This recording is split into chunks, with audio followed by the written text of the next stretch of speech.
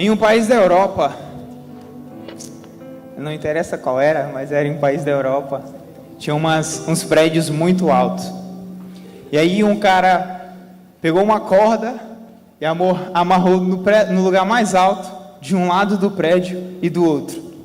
E aí a gente sabe quando alguém está querendo se matar, que junta aquele monte de gente. Às vezes os caras até gravam, mas não ajudam, não faz nada. E aí todo mundo lá embaixo estava se perguntando por que aquele cara estava fazendo isso. E alguém subiu lá e ele falou, cara, eu vou atravessar essa corda. E os caras, mano, esse bicho é doido, né? Mas, beleza. E todo mundo se perguntando, será que ele vai conseguir? Será que ele é capaz e tal? E aí o cara foi e atravessou uma vez. E todo mundo ficou muito admirado, né? Porque, pô, mano, atravessou numa corda, no prédio mais alto, nos dois prédios, entre os dois prédios mais altos que havia naquela cidade. E aí o cara se preparou para atravessar de novo. E o pessoal ficou, mano, esse bicho, será que ele vai conseguir, velho? De novo? Uma vez ele conseguiu, mas, pô, vai tentar sorte de novo, será que vai dar certo? Aí ele foi e atravessou de novo, e deu certo. E os caras, meu Deus, esse cara é muito bom. E aí começou a juntar a imprensa e todo mundo filmando e tal. E era notícia na cidade, aquele cara que estava atravessando de um lado para o outro. E ele se preparou para atravessar a terceira vez. E da mesma forma, todo mundo se perguntando se ele ia conseguir, será que ele ia conseguir, será que não? E aí o cara foi e atravessou a terceira vez e deu certo. E aí, lá embaixo, a pergunta já não era... porque ele se preparou para atravessar pela quarta vez. E aí a pergunta já não era, será que esse cara vai conseguir? Mas na verdade a pergunta já era, alguém aqui tem coragem de ir com ele? E todo mundo lá e tal, ficou meio assim, né? Não sei se eu vou, e não sei o que, e ninguém se prontificando. Aí uma criança de 6 anos levantou a mão e falou, eu vou. Todo mundo, caraca, esse moleque bota fé e tal, ele vai mesmo. E aí ele subiu, montou nas costas do cara e atravessou junto com ele. E aí a notícia lá embaixo já não era sobre o cara, mas sobre a criança. E todo mundo querendo se perguntar, mano, que esse moleque, ele tem muita coragem e tal, como é que ele foi lá? E aí o garotinho desceu e todo mundo se perguntando, e alguém chegou nele e falou, por que tu subiu lá, velho? Como é que tu teve essa coragem? E aí o garotinho respondeu, esse cara é meu pai e eu sei do que ele é capaz. E isso fala sobre fé, gente. Porque, na verdade, tem gente que até sabe o que o Senhor pode fazer, mas entre saber e viver, há uma diferença. Por isso, na verdade, esse tema aí, mano, eu nem tinha colocado o tema, né? E aí o Daniel me mandou mensagem, fala o tema aí e tal, e o versículo... E eu, mano, já era, pô, tinha que mandar na hora, né?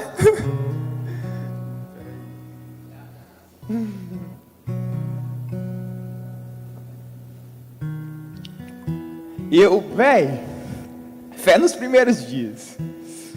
Exatamente porque, da mesma forma que aquele garoto era uma criança, a maioria das pessoas que estão aqui um dia já foram uma criança. Estou falando no sentido do Senhor. E quando a gente é uma criança, você já viu quando, digamos que a criança pegou seu celular e está correndo, e saiu correndo, e tu está sentado no sofá e não quer levantar para ir pegar o celular dela. Você fala, se tu vier aqui eu vou te dar um doce, me dá o celular que eu vou te dar um doce. E aí a criança acredita, irmão. Aí ela volta e te dá o celular. E a gente era exatamente assim no início. O Senhor falava alguma coisa e a gente tinha muita fé que aquilo ia acontecer. Porque a gente era como essa criança, cara, que estava conhecendo, que estava aprendendo. E exatamente por isso a gente precisa voltar nos primeiros dias. Porque eu creio que o Senhor tem falado coisas ao nosso coração que se perderam, que em algum momento da caminhada ficaram pelo caminho. E abram suas Bíblias. Êxodo 14. Tá ali, né?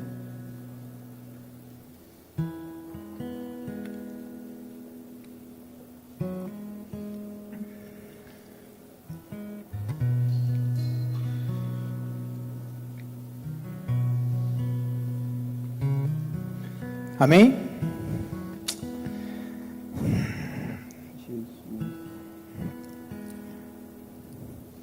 Diz o seguinte: Moisés respondeu ao povo. Disse então o Senhor a Moisés: por que você está clamando a mim?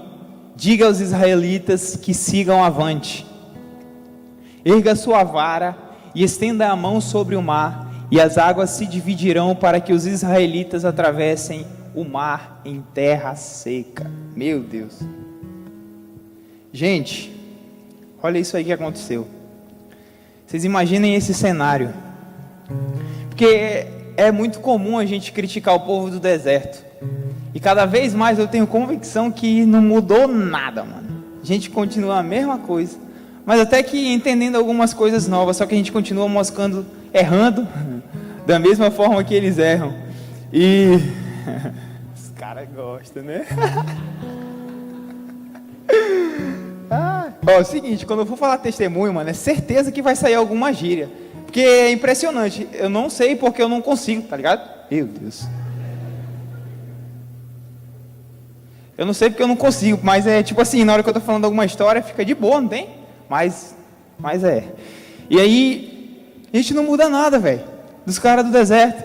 Porque a gente sabe que tinha uma coluna de fogo, tinha uma nuvem, o Senhor livrou eles de umas formas impressionantes.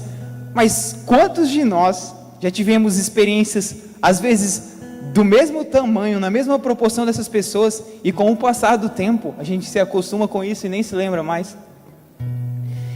E eu quero falar exatamente sobre fé, gente, porque isso é algo que o Senhor tem falado ao meu coração, e eu não fui atrás de outra coisa não, mano. Era fé e é fé, porque sabe, vocês sabem que eu vou casar, né? Glória a Deus, aleluia. Tô noivo, né, pai? Eu nem me apresentei, né, gente? Eu me chamo Ítalo Isaac, tenho 22 anos, nervoso, cara. E eu sou filho da dona Telesila e do seu Geraldo, e ganhei outro pai, que é o meu pai Homero. Tem que ver isso aí. E sou discípulo do Carlos Augusto. Esse cara é o cara mais fera que eu conheço. A gente fala dos caras lá de fora, pô, Leandro Vieira, Leandro Barreto, Vitor Azevedo, mas eu caminho com um cara do meu lado. Eu vejo os caras pregando, mas eu caminho com um cara que me inspira. E agora essa é pra vocês aplaudir de pé, tá entendendo? Eu sou noivo da Bia, mano. Meu Deus! O Senhor é bom, cara.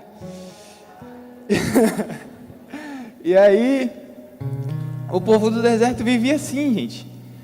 E nesse versículo que eu falei, que eu citei agora, fala de um ato de fé. Mas, se a gente para analisar, a fé sempre nos persegue, sabe? Porque quando a gente se converte ao Senhor, se converte dos maus caminhos e recebe a graça, já precisa ter uma fé em ação aí. Porque como é que a gente vai acreditar que Jesus viveu mesmo? Como é que a gente vai acreditar que Jesus ressuscitou e que Ele continua fazendo as coisas que Ele faz? Com fé. Só que o Senhor desenvolve a nossa fé. À medida do tempo, a gente vai ou melhorando ou piorando. E o problema é quando a gente piora, sabe? A gente começa de um jeito e lá na frente a gente começa a decair. E na verdade o Senhor tem falado isso comigo porque, tipo assim, sobre fé, quando eu fui pedir a mão da Bia pra casar, mano, do pai dela, olha esse pedido, velho. E agora vocês vão me falar se isso não é o Senhor, velho. Eu cheguei, já tinha falado com a mãe dela, né, e tal. Tô sede demais, mano. Tá seca a minha boca. Eu fui falar já tinha falado com a mãe dela, pô, tava na benção. E aí eu fui falar com o pai dela. Falei, gente, cheguei, meu senhor, é o seguinte, eu vou casar com a sua filha. E aí, o senhor abençoou ou não? Abençoou, mas é o seguinte, eu não tenho um emprego ainda, e eu não tenho uma casa para morar, e eu também não tenho dinheiro para pagar o casamento não, mas nós vamos casar. E ele falou, amém, não sei o que. Eu falei, bicho, eu tenho fé. E é isso que importa, cara. Se a gente tiver fé, acabou, irmão. A fé move, sabe? A fé, se a gente chegar no nível de mover montanhas, já é o ápice. mas a gente precisa caminhar naquilo que a gente tem hoje. E independente de todas as coisas, o Evangelho se resume em fé, perseverança e obediência. Se a gente seguir, e amor, né? Se a gente seguir esses 4 preceitos, já era, acabou. Então a fé, mano, se a gente tiver fé, sabe, a gente estava cantando aqui no início, creio em ti eu tudo posso, porque é isso que o Senhor falou. Jesus veio à terra para que a gente tivesse vida, então nós cremos que nós temos vida, porque Ele falou isso. A gente não precisa ver, a gente só crê, velho. E a fé é assim, a gente vê o invisível e crê no incrível, amém? Eu queria ler um texto, velho, porque no sentido de passar os dias, de sair dos primeiros dias e começar a contar uma dezena, uma centena e milhares, nesse processo tem coisas que nos afastam dos primeiros dias. E uma dessas coisas, velho, olha só, deixa eu só falar isso aqui para vocês. Estão vendo essas marcações aqui? Foi para eu não me perder, né? Na hora de ler aqui e tal. Agora, quem fez isso daqui para mim? Vocês têm que casar com uma mulher assim, gente. Jonas 1:3. Uma dessas primeiras situações que nos fazem sair desse lugar de avançar para o Senhor é a fuga. E em Jonas 1:3 fala: mas Jonas fugiu da presença do Senhor, dirigindo-se para Tarsis. Desceu à cidade de Jope, onde encontrou um navio que se destinava àquele porto. Depois de pagar a passagem, embarcou para Tarsis para fugir do Senhor. Só isso. Gente, olha isso. Sabe, quando o Senhor falou comigo que eu precisava ter fé, mano, o Senhor falou para mim que o casamento, Ele quer desenrolar, não tem? Mas eu precisava dar um passo. E aí é que mora o perigo, irmão. Porque dar um passo, por mais que pareça fácil, é difícil, mano. Sabe, o Senhor fala pra gente: eu vou fazer. E a gente até crê nisso, mas crer do vera é difícil, velho. Porque isso implica uma série de fatores. E uma delas é dar um passo. Muita gente fala que Jonas não foi para Tarsis porque ele tinha medo. Nada a ver isso daí. Se você ler o capítulo 4, Jonas está se lamentando, dizendo para Deus que ele não queria ir, porque ele sabia que Deus ia salvar aquele povo. Então Jonas não teve medo de ir para Tarsis com medo dos caras matar ele. Que nada, ele só não quis ir porque aqueles caras eram tão ruins, que para Jonas, ele acreditava que eles não mereciam a salvação. E olha o que aconteceu. Jonas é um claro exemplo de que aquilo que a gente precisa fazer, a gente precisa fazer. A gente não pode jogar para outra pessoa. E aí Jonas, em vez de ir para Nínive, foi para Tarsis. Só que uma coisa que é muito interessante, que muito embora Jonas não tenha obedecido essa instrução do Senhor, fala que na hora que o navio que ele estava o mar começou a ficar revolto e a tempestade e tal, e os caras começaram a cada um clamar ao seu Deus, Jonas foi dormir. Todo mundo se matando lá de, meu Deus, me salva, Deus que nem era Deus, tá ligado? Me salva, não sei o que e tal. E Jonas viu tudo aquilo e foi dormir. Ele sabia quem o Senhor era. E esse é o problema, velho. Não é o problema, tá ligado? Mas dependendo da situação, como a gente enxerga, porque Jonas sabia a grandiosidade do que o Senhor poderia fazer. Mas ele mesmo assim decidiu desviar a rota e ir para o lugar que ele achava que era o certo. Sabe quando o Senhor falou isso comigo? Eu me matei de chorar, tá ligado? Mas não era porque, caraca, o Senhor vai fazer alguma coisa. Era porque, meu Deus, como é que eu vou dar um passo nisso?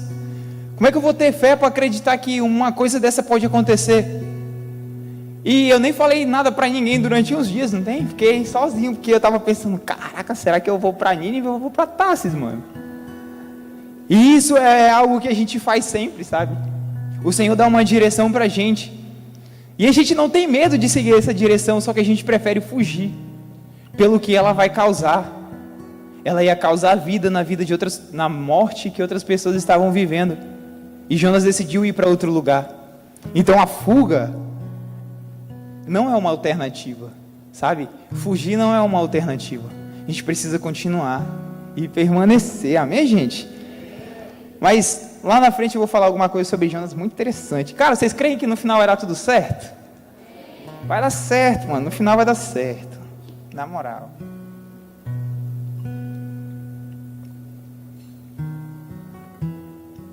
Então, a gente já entendeu que, cara, aquilo que você precisa fazer, você precisa fazer.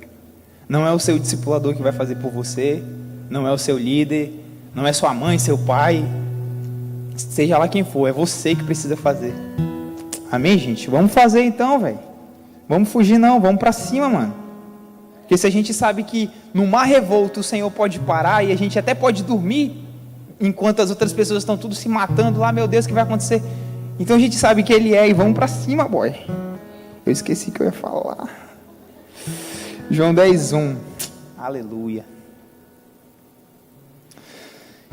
Eu lhes asseguro que aquele que não entra no aprisco das ovelhas pela porta, mas sobe por outro lugar, é ladrão e assaltante. Aquele que entra pela porta é o pastor das ovelhas. O porteiro abre-lhe a porta e as ovelhas ouvem a sua voz. Ele chama as suas ovelhas pelo nome e as leva para fora. Depois de conduzir para fora todas as suas ovelhas, vai adiante delas e estas o seguem, porque conhecem a sua voz. Mas nunca seguirão um estranho. Na verdade, fugirão dele, porque não reconhecem a voz de estranhos. Se o primeiro problema que nos afasta dos primeiros dias é a fuga, o segundo é o tempo. Porque na minha vida eu recebi umas palavras aí, mano, que eu creio que foi do Senhor, porque a gente tem que ver também, né, aquilo que é do Senhor e aquilo que não é. Mas nada aconteceu ainda, não tem? Quer dizer, pode estar até acontecendo e eu não sei. Mas nada aconteceu ainda e já passou um tempo. Vai fazer 4 anos. 4 anos que eu sou crente do Vera, assim, não tem? Porque eu cresci na igreja e tal. Mas era meia vela demais, mano. Teve uma vez, meu Deus, foi sem condições. Minha mãe me obrigava meio assim a ir pro culto, né? Glória a Deus pela vida dela. E só que numa vez, bicho, eu nunca me esqueço disso, porque isso me marcou negativamente. Eu levei um fone de ouvido para na hora que o pastor estivesse pregando, eu botar o fone de ouvido e ficar ouvindo minhas músicas, tá ligado? Olha isso, mano. Agora vocês me dizem se o Senhor não é bom, velho. Olha o que Ele tá... E eu fiquei pensando, meu Deus, será que... Como é que estava o coração do Senhor nessa hora, bicho? Eu na casa dele querendo fazer uma parada dessa, porque a gente costuma imaginar que o Senhor, na verdade, está olhando como a gente olha. Mas na verdade, mano, eu creio muito que naquela hora o Senhor não estava me julgando, sabe?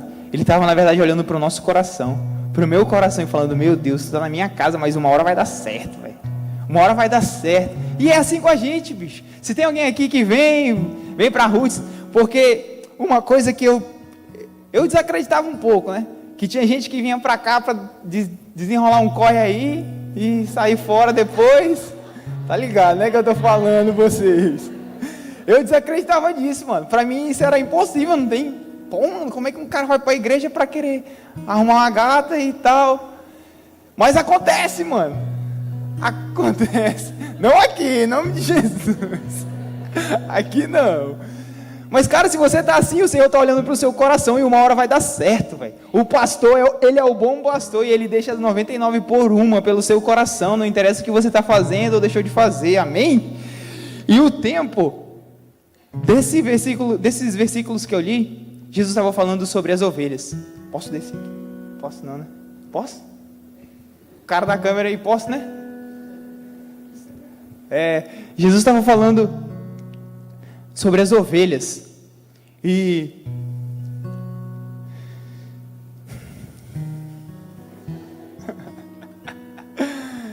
ele estava falando do aprisco, né? E ele estava falando do aprisco e as ovelhas que estavam lá dentro. E por que eu estou falando do tempo? Porque Jesus estava dizendo que as ovelhas que conhecem a voz dele, ele abre a porta e essas ovelhas entram no aprisco. E depois, na hora de sair, quando elas saem, elas reconhecem só a voz do bom pastor e não reconhecem a nenhum outro. Mas só que para a gente reconhecer essa voz, demora um pouco, sabe? Porque imagina um aprisco cheio de ovelha, velho. Imagina um lugar apertado, cheio de ovelha, e tu lá dentro desse lugar, ouvindo a voz de um bom pastor. sendo ensinado, na verdade. Isso fala de um momento de prensa, sabe? De um momento de aperto, de um momento que a gente está passando por uma situação desagradável, mas que na verdade está produzindo algo em nós que vai gerar vida eterna, sabe?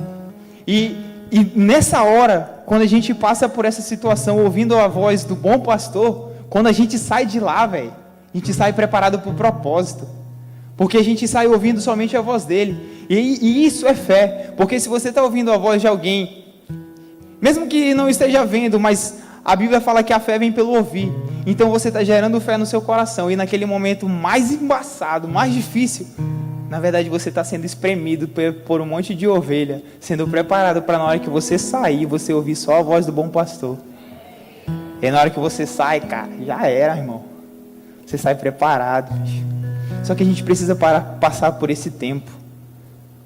Esse é o teste do tempo. E se a gente perseverar, há um futuro glorioso, sabe?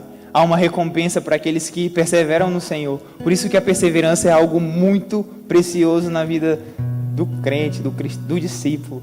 Porque, cara, a gente precisa ir, mano. A gente precisa ir, não interessa o tempo, não interessa se tem um monte de gente me apertando. Agora imagina, é ruim falar isso aqui, mas imagina, pô, que ovelha tem necessidade, né, para fazer e tal. Imagina um monte de ovelha, tinha 99 ovelhas. Tava cheirando ruim, porque às vezes a situação cheira ruim, gente, entendeu? Tá com cheiro ruim, mas a aparência é de glória. O cheiro tá ruim, mas o futuro é glorioso, entendeu? Só que a gente precisa passar por esse tempo. Não desfalecer durante o tempo e a nossa fé ficar meia vela, mas acreditar naquilo que o Senhor falou. Porque se o Senhor falou, já é, amém? Mano, se o Senhor falou, já é, pô. Deixa eu só ler aqui que agora eu tô perdido. Se o Senhor falou, já é, meus amigos. Se o Senhor falou, já é, boy. Vai pra cima. Eita. Salmos 23, 5.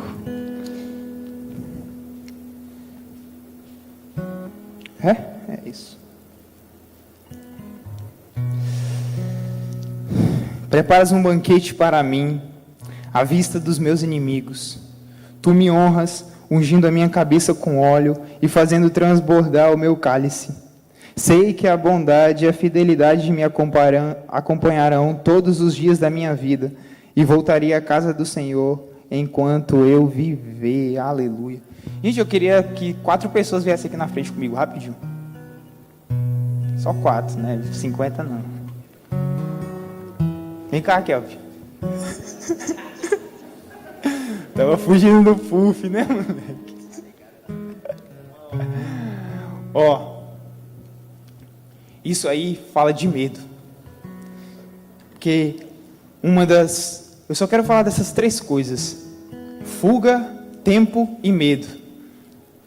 E no medo, a gente até quer ir no Senhor assim, meia vela, mas a gente tem medo de soltar o controle.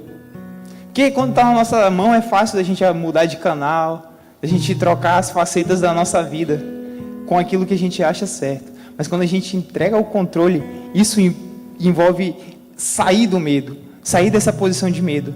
E sabe, está amarrado no nome de Jesus, mas o Daniel aqui está representando a ansiedade, você a depressão, você a incapacidade. Tá repreendido, tá ligado? Mas é a ilustração, pai. Você é o medo, é o medo mesmo. Agora eu preciso de alguém, mais uma pessoa. Ficar aqui do meu lado, aqui, ó. Gustavinho, vem cá. Você é o cara de anjo, né, moleque? Você é o cara de querubim. Ah, tu é o ansiedade. É o incapacidade. Gente, Salmo 23, 5 fala que o Senhor prepara uma mesa. E vamos lá, se tu preparar vai fazer um almoço na tua casa, ou tu comprou um camarão, fazer frito, com uma batata frita e, deixa eu ver, batata frita, você nem se combina, e arroz e tá de... Estrogonofe com batata palha, esquece o camarão. Mano, tu não vai convidar qualquer pessoa. Você vai saber quem você vai convidar. Porque, é uma comida muito da hora, mano. É um banquete que você está preparando para aqueles que você conhece. E Jesus falou, E na verdade Davi falou: preparas uma mesa para mim na presença dos meus inimigos. Então, Jesus prepara essa mesa, preparas um banquete para mim à vista dos meus inimigos. Gente, se ele prepara, ele conhece cada um, ele conhece os convidados. Então imagina isso, será que ele não conhece as nossas situações de incapacidades? Será que ele não conhece as vezes que a gente esquece o presente para viver pelo futuro e acaba ansioso? Ou será que ele não conhece o momento mais ruim, que a gente acha que colocar uma corda no pescoço e se matar é o remédio? Cara, ele conhece tudo isso porque ele prepara uma mesa. E ele sabe quem são os convidados. E aí, vocês estão aí, ó, ele não sabe quem é não. Vocês estão aí, tipo assim, surpresa esse almoço, entendeu? Vocês estão, caraca, nós estamos sentados aqui de boa. Vocês estão sentados, entendeu? Vocês estão vendo uma mesa ali, gente? É uma mesa, tá numa mesa ali e tal. E eu cheguei aqui no Gustavinho. E o Gustavinho é esse cara que tem esses medos. Tá amarrado, em nome de Jesus. Gente, isso aqui é só uma ilustração, tá ligado? Isso aqui não vai acontecer não, pela fé. Mas, e aí, eu sou Jesus, né? Pô, eu tô fazendo, então eu sou a parte boa.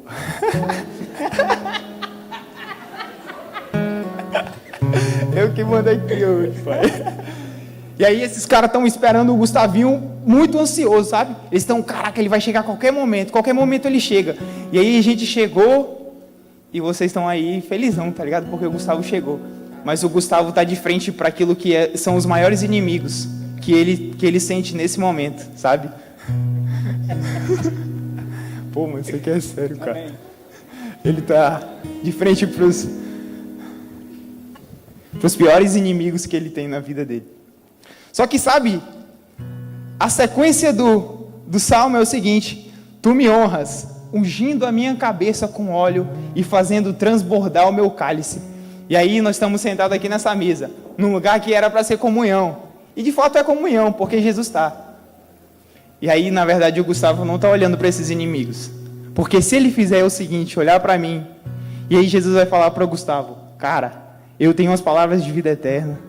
Eu sou o alfa e o ômega. Aquilo que você pode ter passado ou tem passado não é maior do que eu tenho para você. Aquilo que você vive ou deixou de viver não se compara com a vida que eu tenho para você. Na verdade, se você vir a mim, eu vou descarregar todas as suas ansiedades, todo o seu cansaço, porque o meu fardo é leve. E aí o Gustavo está olhando para mim, e esses caras aqui, ó, eles estão pensando: meu Deus, por que o Gustavo está olhando para eles e não para mim? Para ele e não para mim? Porque o Gustavo está olhando diante dos meus olhos. E se a gente, como um Adão no início, olhar para os olhos do Senhor, nada mais importa. Nada mais vai importar, sabe? Então, tipo assim, pode sair. Obrigado, viu? Pode sair, você foi o cara. Pode, Gustavinho. Gente, é isso, cara. Jesus prepara uma mesa na presença dos nossos inimigos. Isso soa muito ruim, mas na verdade é bom, velho. É bom porque você enfrenta todos, não sozinho, mas com Ele. É bom porque diante dele nada, sabe, Jesus não tem rival. A depressão não é uma rival do Senhor. Caraca, Jesus está aqui, a depressão está aqui. Isso não existe, velho. Jesus tem vida, mano. A graça é quando você vai pagar uma conta e alguém já pagou por você. Você não precisa mais fazer nada. Você só precisa se deixar amar, porque Ele te amou primeiro. Então não tem depressão diante da vida, porque olhando para o Senhor, que é a própria luz, toda a treva sai, velho. Todo o medo vai embora. E aí, quando a gente pensa nisso, diante da nossa fé, e fala: meu Deus, eu estou com medo de dar um passo. Porque sempre envolve um passo. Moisés, nesse texto aí que eu li, o Senhor falou, o povo estava reclamando de Moisés lá, enchendo o saco de Moisés. Pô, Moisés, e aí, o que vai acontecer? Os caras estão no nosso pé e na nossa frente tem o mar. E aí, qual vai ser? Tu tirou a gente de lá do Egito para matar a gente aqui mesmo, foi? E aí, o povo clamando e tal. E o Senhor falou: por que vocês clamam a mim? Moisés, levanta o teu cajado e estende sobre o mar, e o mar se abrirá. Cara, aquilo que a gente tem na nossa mão, velho, é suficiente para dar o primeiro passo. Moisés só tinha um cajado, velho. Mas olha o que esse cajado aconteceu. Porque, sabe, o Senhor pode fazer tudo sozinho, mas Ele escolheu fazer tudo com a gente. Então, Ele poderia abrir o mar só assoprando assim, sei lá, dando um teco assim, não sei, qualquer coisa. Mas Ele escolheu que alguém levantasse um cajado e esse mar fosse aberto. Então, gente, não vamos ter medo de dar um passo não, amém? Cara, o negócio é dar um passo, velho. É difícil, mano. É difícil porque a gente acha que não vai acontecer. Mas vai acontecer, mano. Vai acontecer. Amém? Jesus é bom, velho. Vocês estão felizes? Tá dando certo? Meu Deus, que sede é essa, boy? Ai, Jesus. 1 Samuel 17, 26. Gente, esse texto é impressionante. Não projeta agora não. Peraí que depois é o Bragulho 13. Gente, esse texto é impressionante. O povo de Israel estava sendo afligido por um gigante chamado Golias, né? A gente sabe dessa história. Mas o Senhor instituiu que ao 8º dia toda criança cortasse o prepúcio em sinal de aliança com ele. Então Deus fez essa aliança com o povo. E aí, pode botar aí. Ah não, deixa eu ler então aqui. Samuel, você faz 17, 26. Gente, o povo estava lá. Mano, quem vai conseguir derrotar esse cara? Golias estava afligindo o povo de Deus. Estava afligindo o povo que tinha uma aliança com o Senhor. E aí, os caras foram e mataram um monte, não sei o quê. Davi perguntou aos soldados que estavam ali ao seu lado: o que receberá o homem que matar esse filisteu e salvar a honra de Israel? Quem é esse filisteu incircunciso para desafiar os exércitos do Deus vivo? Cara, olha o que Davi falou. Mano, eu tenho aliança, esse cara não tem aliança. Eu sou um minhoca na frente desses caras. Eu não tenho nem armadura. Os caras tentaram colocar uma armadura em mim, não deu certo. Mas quem é esse incircunciso? Quem é esse cara que não tem aliança? Quem é esse cara que não conhece o Deus vivo? E a gente sabe o final da história. Davi pegou a sua funda, rodou e acertou a cabeça de Golias. Matou e tal. Mas, gente, nesse processo de fé, porque, como eu falei para vocês, a gente não tem muita coisa não, mas a gente tem a fé, né? Para casar e tal, para construir uma família. E a gente ouve muita coisa, sabe? Davi, quando ele chegou para a guerra, os irmãos dele já detonaram ele. Por que tu está aqui? Tu não deixou aquelas poucas ovelhas para lá? Tipo assim, tu é um pastor de poucas ovelhas. E o que tu veio fazer aqui? Aí Saul chega e fala: não vai dar certo. O rei, a autoridade máxima, chega e fala: não vai dar certo, cara. E eu já ouvi isso, velho, de pessoas que estão próximas, sabe? Não era um primo de Davi, não era um tio distante, foi o irmão dele, mano. O irmão dele desacreditou ele. E olha o que Saul fez. Pegou a armadura que ele estava usando e tentou colocar sobre Davi. E é exatamente isso que as pessoas vão tentar fazer com a gente, sabe? Elas vão... Bicho, eu já ouvi pessoas falando assim: cara, você precisa manter os pés no chão. Acredita, mas mantém os pés no chão. Pode até dar certo, mas você tem que fazer... É claro que eu tenho que fazer a minha parte, mas você tem que fazer coisas... Exatamente, tem que ser realista. Vamos trabalhar com a realidade, né? Não, Deus pode fazer. Ninguém está dizendo que Deus não pode fazer. Mas vamos ser realistas, né? Vamos manter o pezinho no chão um pouco. Foi tudo isso que... Isso é a armadura de Saul. As pessoas estão querendo que a gente lute a nossa guerra com a armadura delas. Mas a gente sabe que a gente tem aliança, sabe, gente? E se a gente tem aliança, não interessa, pois as pessoas vão dizer: mano, toma aqui minha armadura, veste ela e luta como eu lutaria no teu lugar. Mas lembra que Jonas, ele precisava fazer aquilo. E Davi falou: mano, tira isso daqui de mim, eu não quero nem ouvir essa história aí. Eu vou enfrentar esse cara e eu vou matar esse bicho. Então Deus vai fazer, gente. A gente só precisa ir, cara. A gente só precisa ir. E E eu queria já caminhar para o fim, velho, falando uma coisa muito impressionante. Porque quantos aqui tem a família totalmente convertida ao Senhor? Pode levantar a mão aí. Tipo assim, mãe, pai, que moram na mesma casa e tal. Irmã, sei lá. Poucas gente. Eu também não. E eu não sei se é uma crise só minha, mas por muitas vezes eu já pensei, pô, velho, eu tô indo pra igreja direto, tô buscando o Senhor, mano, eu poderia chegar de madrugada aqui em casa, bêbado e tal, aí os caras iam me dar valor, não sei o quê, mas eu tô aqui fazendo a missão, orando pela vida dos caras, jejuando e tal. Caraca, se minha mãe estiver vendo isso, é bel. E nada acontece, mano. E aí, Deus, qual é a tua, pô? Porque nada vai acontecer. Mas, gente, eu li um texto, cara, e eu queria compartilhar isso com vocês. Porque em Gênesis 50, 25, fala o seguinte: E José fez que os filhos de Israel lhe prestassem um juramento, dizendo-lhes: Quando Deus intervir em favor de vocês, levem os meus ossos daqui. Cara, olha isso. José fez os caras jurar, porque ele sabia que ele já ia morrer antes de Deus libertar o povo e tal. E ele falou: gente, quando Deus intervir e livrar vocês, levem os meus ossos para a terra prometida. E demorou muito tempo, mais de 200 anos, até o povo sair do Egito.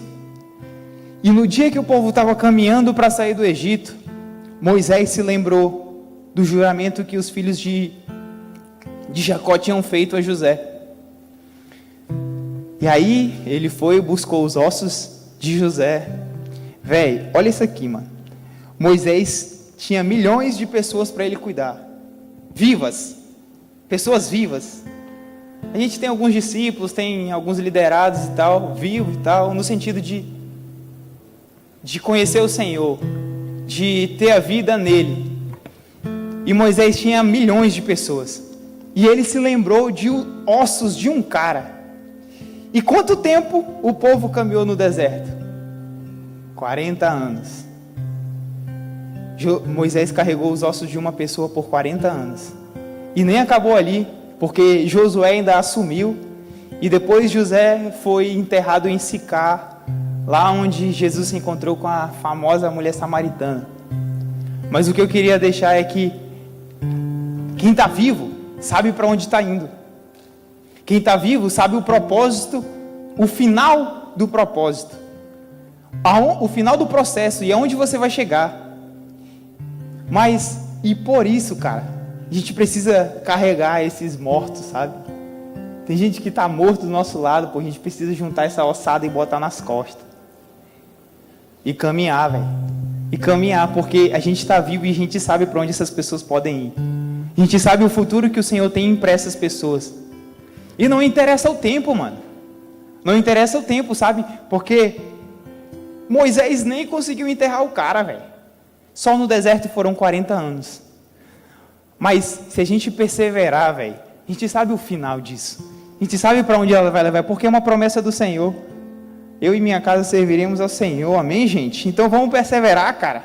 Vamos perseverar. Queria que vocês ficassem de pé, porque o Senhor falou para mim que ia fazer tudo mediante um passo. E aí eu comecei a fazer algumas coisas. Porque a minha parte eu tenho que fazer, né? E o Senhor tem que fazer a dela. A dele, né? E vocês conhecem o Arrascaeta? Arrascaeta, um jogador de futebol. Jogador mais caro da história do futebol brasileiro. O Flamengo acabou de contratar esse cara. Gente, o meu sonho, quando eu era criança, era ser jogador de futebol. Moleque, era meu sonho, tá ligado? E depois que o meu líder discipulador falou algo sobre povoar os 7 montes, que são as 7 esferas que regem a sociedade, eu passei a acreditar, porque quando eu ouvia pastor dizendo que, pô, os sonhos que você tem no seu coração é o Senhor que plantou e tal, eu ficava, mano, que onda errada é essa aí? Mas, gente, 7 montes são economia, eu não lembro todos não, mas é família e tal, é tudo que envolve a sociedade. E por muito tempo, a igreja se fechou num quadrado, em que olhava para os 5 ministérios, pastor, missionário, evangelista, né, mestre, apóstolo e profeta. E falou, mano, só é de Deus quem faz essas coisas, só é de Deus quem se move nessas coisas. Mas se alguém chegar para você e falar que eu tenho o sonho de ser um ator da Globo, qual vai ser a nossa reação? Julgar a certeza, mano, tá doido, não sei o que tem que buscar o Senhor. Gente, os apóstolos, antes de serem apóstolos, eles foram missionários. Todo mundo aqui é missionário. Mas vamos lá, esse é o nosso pensamento. Eu sei que tem gente que não tem nem coragem de falar o sonho, exatamente por esse pensamento. Mas se o Senhor instituiu tudo, e onde a igreja saiu, Satanás foi e dominou, a Globo é demônio, tá ligado? Pode até ser, entendeu? Não sei se é, mas pode ser. Mas as pessoas de lá têm um propósito que o Senhor tem para a vida delas, velho. E se essa mulher quiser ser uma atriz da Globo, ela pode ser, porque lá tem pessoas, e o reino é feito de pessoas. O reino não é feito de culto, de isso e aquilo, o reino são pessoas. Isso é o culto e tal é algo que é estabelecido pelo Senhor para ele, mas o reino de Deus é constituído por pessoas. Então, velho, se eu tinha o sonho de ser jogador, tá ligado? Mas não deu certo, mano. Não deu certo e tal. Eu também, olha esse bicho. Eu poderia até ter perseverado um pouco mais, mas eu já desisti. Mas, gente, e esse jogador do Flamengo, o bicho é o fera, né, mano? Pô, o jogador mais caro da história do futebol brasileiro. O Flamengo pagou 65 milhões nesse cara. Georgian de Arrascaeta. E deixa eu falar uma coisa pra vocês. Meu sonho sempre foi jogar no Maracanã lotado. E eu vi os caras gritando meu nome. Tá, Isaac. Meteu o gol, né, pai? Bikezinha. Mas, gente, esse era o meu sonho, velho. Entrar no Maracanã lotado. Eu ainda não assisti nenhum jogo do Flamengo no Maracanã. Eu já assisti em outro estádio. E eu sei que na hora que eu chegar lá, moleque, eu vou... vai ser doido. Vou chorar. Mas, gente, o Flamengo contratou esse cara. E o Senhor usou esse cara, velho, para abençoar a minha vida e a vida da Bíblia. O cara mora no Rio de Janeiro, velho. Eu nem conheço o cara pessoalmente. Sabe, gente, quando você chama alguém para sair, se você chama, você precisa pagar, né? Pô, vou chamar pro cara para ir no Chapas, eu tenho que pelo menos lançar o... Tipo assim, os caras já vão querer me apavorar quando eu chamar, né? Às vezes, né? Se você tiver a verba. Mas se você chama alguém para sair, se você tiver como, você precisa pagar. Se o Senhor te chamou, Ele vai pagar, irmão. Se o Senhor te chamou, Ele vai pagar, irmão. Se Ele falou que você precisa ter fé, Ele vai fazer, bicho. O cara nada a ver comigo, mano. 65 milhões de reais. Só o aluguel do apartamento do cara é 35 mil reais. E o cara pegou e ofertou na minha vida, através de uma situação aí. Glória a Deus, aleluia. E o Senhor começou a fazer, sabe? Mas eu não vou parar nisso, porque também o valor que ele ofertou ainda não dá não, tá ligado?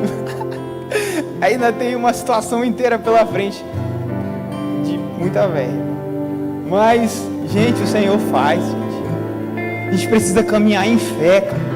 A gente precisa olhar assim e falar, meu Deus, moleque, qualquer momento aqui o Senhor pode fazer. Eu vou andar aqui, a qualquer momento o Senhor pode derramar a mão dele sobre mim e trazer aquilo que eu preciso. Eu vou caminhar aqui, a qualquer momento eu posso enfiar a mão no cara aqui, o câncer sair dele e eu curar ele e tal. A gente precisa caminhar assim, gente. O reino é feito de fé. Sem fé é impossível agradar a Deus. O princípio de tudo é a fé, velho. O princípio é a fé. E eu queria falar com algumas pessoas que... Jonas e Jesus. Quando Jonas... Eu queria falar com pessoas que hoje se encontram dentro da barriga de um peixe, cara. Sabe, se você hoje se encontra na barriga de um peixe, é o melhor lugar para o Senhor te cuspir para o propósito. É o melhor lugar para o Senhor te botar de novo onde você devia estar. Jonas ficou 3 dias dentro da barriga de um peixe, e o final foi uma cidade inteira convertida ao Senhor. Jesus ficou 3 dias morto, e o final foi um povo convertido ao Senhor. Sabe, eu sei que tem gente aqui que está dentro dessa barriga, mas pode ficar tranquilo, cara. Pode ficar tranquilo. O Senhor vai fazer, velho. O Senhor vai fazer, porque mesmo que fora do propósito, Ele realinha o propósito. E tem gente também que eu já ouvi isso muitas vezes. Pessoas que antes de vir para o culto pensam: cara, hoje é meu último dia naquela igreja. Hoje eu vou lá pela última vez. Se não acontecer nada, eu já nem volto mais. Eu já vou sair fora mesmo, já vou... Ih, não estou nem aí. Gente, o meu sonho, não meu sonho, mas um desejo que eu tenho, não que eu não ame a presença do Senhor, não que eu não ame, moleque, ficar no cheio lá e tal, mas um dos meus desejos é que um dia nada aconteça, velho. A gente venha para o culto e nada aconteça, porque muito provavelmente a gente vai colocar a culpa no louvor.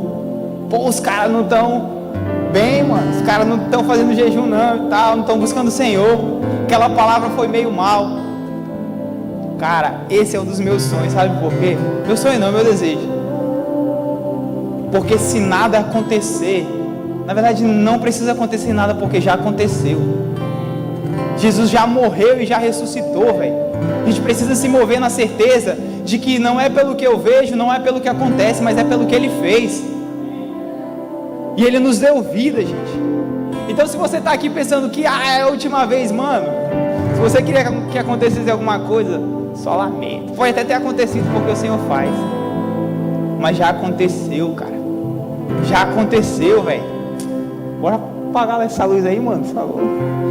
Ficar mais crente. Quando apaga a luz, a unção vem, é nada. Cara, já falei com 2 pessoas, né? E tem uma terceira pessoa. Jesus um dia curou um cego. Na verdade, a Bíblia fala que Ele restaurou a visão desse cego. Esse cara um dia enxergou. Esse cara um dia estava vendo, mas ele perdeu a visão.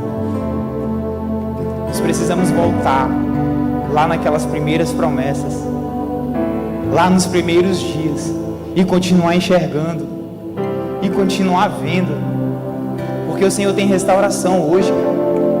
O Senhor está aqui para restaurar a visão assim, ó, e fazer um 180,